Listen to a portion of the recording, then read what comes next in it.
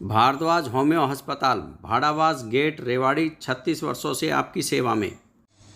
हरियाणा के विधायकों को धमकी देने के मामले में गुरुग्राम एसटीएफ पुलिस को बड़ी कामयाबी मिली है। एसटीएफ ने 6 आरोपियों को गिरफ्तार किया है। आरोपियों के पाकिस्तान और मिडिल ईस्ट से लिंक बताए जा रहे हैं। शुरुआत में हरियाणा के एक विधायक को पाकिस्तान के नंबर से धमकी दी गई थी, जिसमें धमकी देने वालों ने गैंगस्टर विक्की गिल और नीरज बवाना गैंगस्टर के नाम पर धमकी दी थी। अलग अलग भाषा में आरोपी धमकी दे रहे थे। एसटीएफ ने 2 आरोपियों को मुंबई से गिरफ्तार किया है। मुंबई से गिरफ्तार दोनों आरोपी बिहार के रहने वाले बताए और भी हो सकते हैं, बिकॉज हमने तो एक मॉड्यूल का एक लेग को ही हमने पकड़ा है, ठीक है ना। सो जो 6 लोग हमारे जाल में फंसे हैं और हमारे विधायकों को जो धमकी दिया है, इनको ही हमने पकड़ा है। सो ऐसे ये फ्रॉडस्टर्स है बेसिकली, और ये और कौन बनेगा करोड़पति करके वो भी करते थे। ऐसे कुछ और भी लोगों को ठगी किया होगा इन्होंने, और भी मॉड्यूल्स हो सकते हैं। सो वो उसको ये जो हमें क्लू मिला इसमें ज़रूर और काफ़ी कुछ मिल जाएंगे। जो भी डिटेल्स मिलेंगे हरियाणा में रह के हम जो कार्रवाई जिनके खिलाफ कर सकते हैं वो हम करेंगे। जो कार्रवाई जिस प्रदेश में बनता है उनके साथ जो भी इनपुट्स है ये शेयर किया जाएगा, वो भी अपने अपने खाते। बैंक खातों का आपने जिक्र किया जी। ऐसे कितने बैंक खाते थे जो ऑपरेशनल थे? क्या ये सभी बैंक खाते फर्जी थे? जी, हमने तो 2 बैंक खाते को लेते हुए इन सबको पकड़ा है। 24 पासबुक है हमारे पास, इसका मतलब 24 तो खाते है ही है मिनिमम इस गैंग में, ठीक है ना। सो ये इन सबको हम अब तफ्तीश करेंगे, फिर और राज खुलेगा। अब मोबाइल नंबरों से भी कनेक्टेड क्या बैंक खाते जाएंगे तो this will be huge, right. Sir कुछ ऐसा निकल के आया है अभी तक कितने करोड़ रुपए का चूना लगा चुके हैं लोगों को? जिस तरह से हमने देखा है कि कई करोड़ों का तो हो चुका होगा अभी तक, ठीक है। बिकॉज ये आज ये जो मॉडस ऑपरेंडी है तो धमकी देने की इन्होंने अभी शुरू किया है। पहले तो और मॉडस और ठगी का मतलब जैसे मतलब लोन का या ये पासवर्ड का कई फ्रॉड आप जानते ही हैं, कई फ्रॉड्स करते ही थे। उनमें से भी काफ़ी पैसा इन्होंने ठगी किया ही होगा। सर कांग्रेस के एक एमएलए कुलदीप वत्स के घर पर भी आए थे कुछ लोग, हाँ जी। क्या इन्हीं के लोग थे सर वो? नहीं, इस तफ्तीश में वो नहीं निकला, वो अलग है। वो भी हम ही तफ्तीश कर रहे हैं, वो अलग है। हमने बंदों को पकड़ लिया, कल तक सबको पकड़ लिया। ये 24 पासबुक है, इसमें बैलेंस क्या है चेक करके आपको बता सकते हैं अभी क्या है, और रोज़ क्या ट्रांजैक्शन होता रहा। ज़रूर रोज़ 30 से 50 हज़ार 4 एक किसी से 30 हज़ार का ट्रांजैक्शन हो रहा है, किसी से 60 हज़ार का हो रहा है, 70 हज़ार हो रहा है। सो यू जस्ट इमेजिन, ये आपको अमाउंट 50-60 हज़ार कम लगता होगा, लेकिन imagine the everyday transaction and number of passbooks. जो हमने हमारे हाथ लगे हैं इन पासबुक्स में 30-40 हज़ार से 60-70 हज़ार तक पर डे का डिपॉजिट है। ये नहीं कि ट्रांजैक्शन है, पर डे का डिपॉजिट हो रहा है। कितने दिन के रिमांड पर लिया है इनको? 8-8 दिन के सभी के मिल गए सर क्वालिफिकेशंस क्या हैं इनकी? ये सारे इधर हाई स्कूल है, 10वीं 11वीं ऐसे ही है। सर ये केवल ऑनलाइन तरीके से ही लोगों को ठगी किया करते थे या फिर इन्होंने किसी को बंधक बना करके भी किसी से पैसे? वो सामने नहीं आई अभी तक, पूछताछ में नहीं आया। अच्छा सर ये लोग कितने सालों से कर रहे थे, कितने महीने कितने दिन से कुछ? तो ये कम से कम 2-3 साल से तो ये कर ही रहे हैं। सो जस्ट इमेजिन 1 साल तो इसको यहाँ आके हो चुका है मिडिल ईस्ट कंट्री से। 4 लोगों को वहाँ से हमारी टीम पहुँची, उनके साथ मिलके 4 लोगों को वहाँ से हमने डिटेन किया, पूछताछ करते हुए यहाँ ले आए हैं। उनका नाम का विवरण ऐसा है कि अमित यादव है उर्फ राजेश शाह, और एक सादिक अनवर है, एक सनोज कुमार है।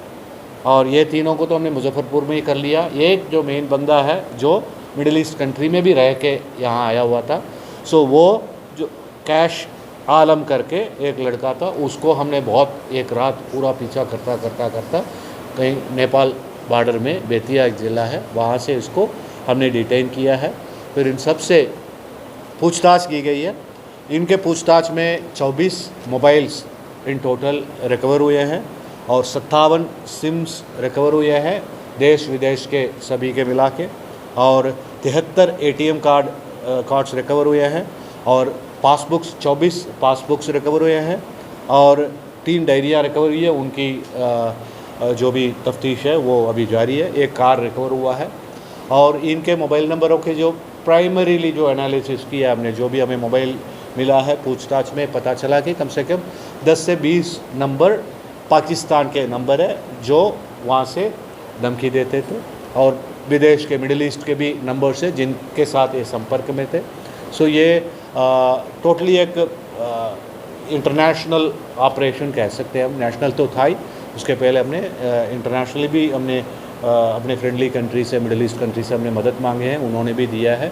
सो इसके चलते हुए इस केस को हमने सॉल्व किया है। इनका तरीका यह है, मोडस ऑपरेंडी ऐसा है कि ये जो भी मिडिल ईस्ट कंट्री से या पाकिस्तान से जो कॉल करते थे वो अलग नंबर यूज़ करते थे। जो कॉल जिनको थ्रेट करना है, जिनसे पैसा मांगना है, उसके लिए अलग नंबर, और यहाँ के उनके जो सहयोगी है या उनके जो एसोसिएट्स है उनके लिए संपर्क करने के लिए अलग नंबर रखते थे।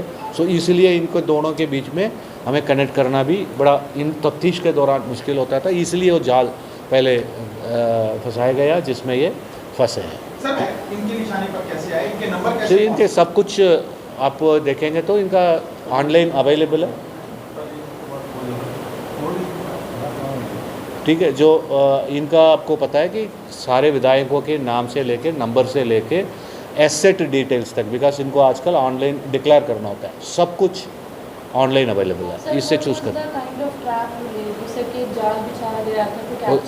वो जाल तो फिर जाल ही रहना ठीक है। सर कितने लोगों को अभी तक ये अपना शिकार बना चुके थे, एमएलए के अलावा बिजनेसमैन? काफ़ी कुछ है, बिकॉज वो डायरी हम एनालाइज करेंगे, पढ़ेंगे तो काफ़ी, ये ऐसे नहीं कि ये तो संवेदनशील ऐसे हो गया कि बिकॉज ये जनप्रतिनिधि के को धमकी मिला तो बहुत ज़्यादा संवेदनशील हो गया। हो सकता है इसमें जो मिडिल लेवल, बीच के लेवल के जो डॉक्टर्स हैं, बिजनेसमैन हैं, इनको भी अभी धमकी देते रहे होंगे, पैसा लिए होंगे ज़रूर। बिकॉज हमने जब बैंक ट्रांजैक्शन चेक किए, काफ़ी ऐसे 5-10 हज़ार 20 हज़ार ऐसे डिपॉजिट पूरे देश प्रदेश से ये डिपॉजिट होते रहे। सो इसका कई लोग विक्टिम्स है, ये डायरी से पता चला। सर जो पाकिस्तान का लिंक मिलाया था, इनमें से कोई व्यक्ति पाकिस्तान भी गया, कहाँ से वहाँ से हेल्प क्या मिलती थी? नहीं, आज तक ये हमको कंफर्म नहीं हुआ। ज़रूर एक व्यक्ति मिडिल ईस्ट कंट्री में रह के आया हुआ है।